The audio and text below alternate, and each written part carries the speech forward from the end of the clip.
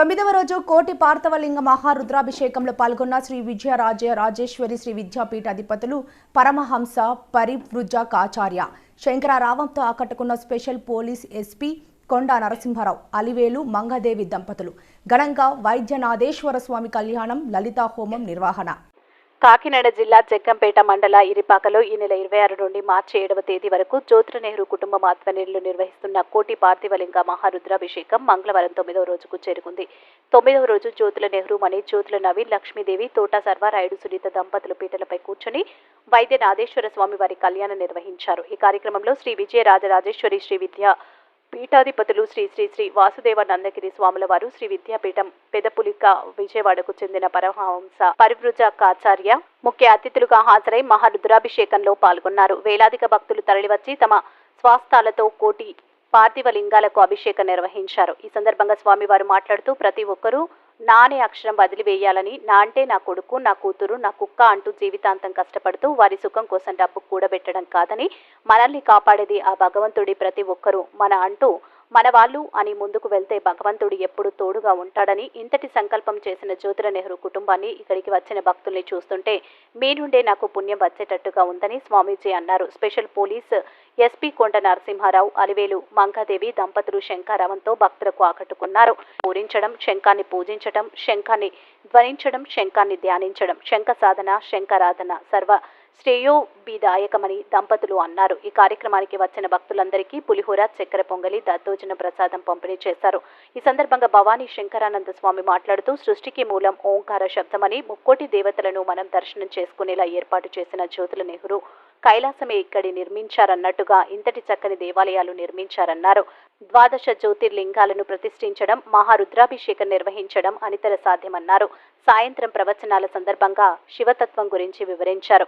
ఉదయం నుంచి సాయంత్రం వరకు వేలాదిగా భక్తులు వచ్చి స్వామివారిని, అమ్మవారిని దర్శించుకుని తీర్థ ప్రసాదాలు స్వీకరించారు. ఈ కార్యక్రమంలో వేలాదిగా భక్తులు పాల్గొని స్వామివారి దర్శనం చేసుకున్నారు.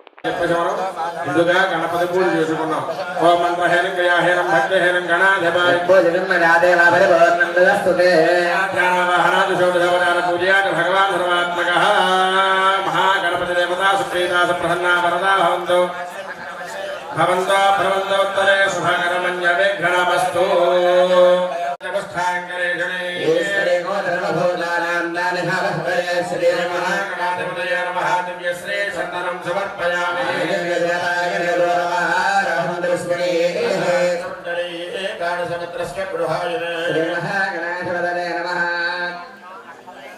श्री चन्दनं समर्पयामि शुभाय नमः पुष्पाक्षतानि पूजयामि ओम एकदन्ताय नमः कपिलाय नमः ओम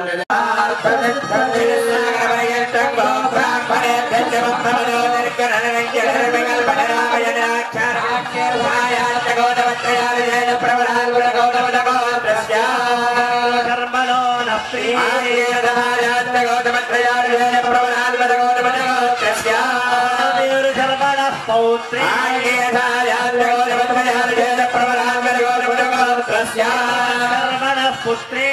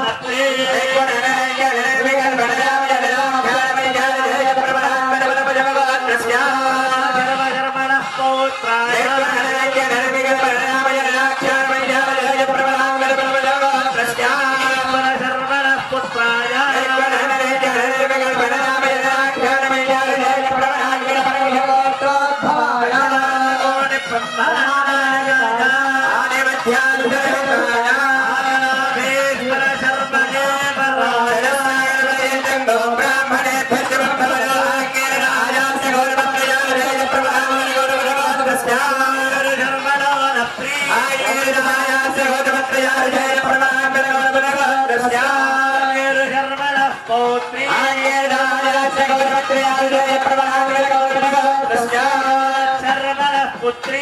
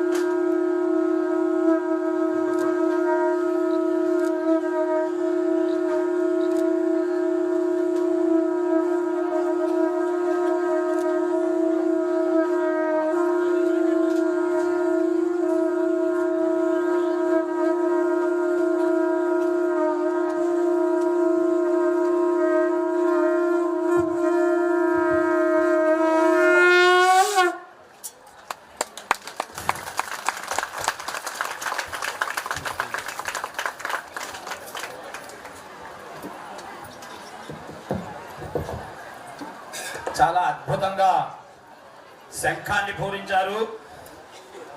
ఇటు వైజ్ఞానిక పరంగా ఆరోగ్యపరంగా కూడా చాలా మంచిది.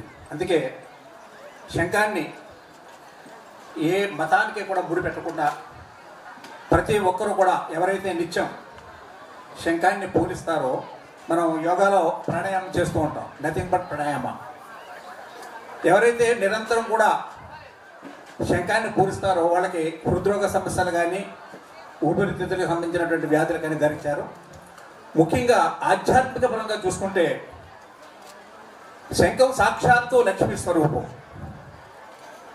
ఎక్కడైతే శంఖం పూజించబడుతుందో, ఎక్కడైతే శంఖం పూరించబడుతుందో అటువంటి గృహంలో సాక్షాత్తు లక్ష్మీదేవి తిష్ట వేసుకుని కూర్చుంటుంది అంటంలో నిస్సందేహంగా మనం చెప్పవచ్చు.